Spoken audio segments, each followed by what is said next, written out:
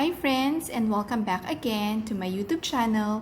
For today's video, I would like to share with you another great alternative in making your own hand sanitizer.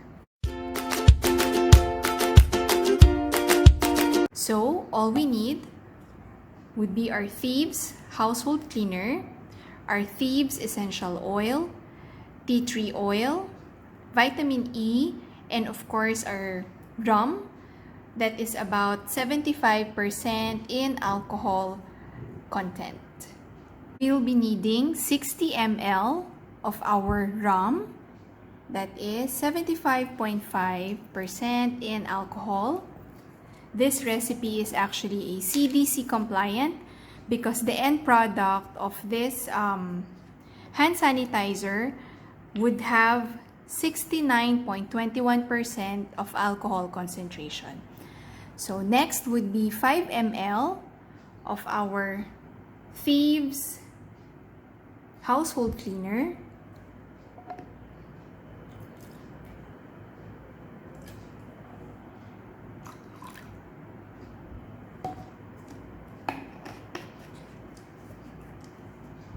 And we also be needing about 1/4 teaspoon of vitamin E to keep our hands moisturized. There. And 5 drops of Thieves essential oil. Thieves is a proprietary blend of Young Living. 1, 2, 3, 4, 5. It has cinnamon bark, rosemary, lemon, eucalyptus, and clove essential oils. And last but not the least, 5 drops of tea tree essential oil. 1, 2, 3, 4, 5. In my previous video, I also made another hand sanitizer recipe, but I've used vodka. So we need to mix so everything's incorporated.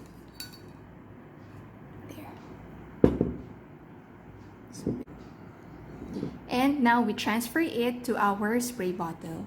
So with this recipe, I was able to make 2 30 ml spray bottles. So this one is perfect for our on-the-go bag in the car. So if we need to go to the grocery, I wouldn't have to worry. So I just need to spray it in our grocery cart.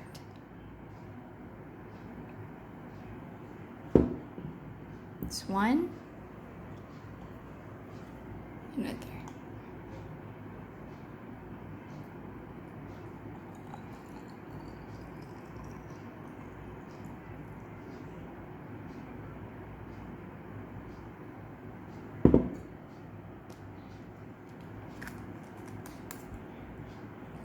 So just shake it if you need to use it. So there you go, your own Thieves sanitizing spray.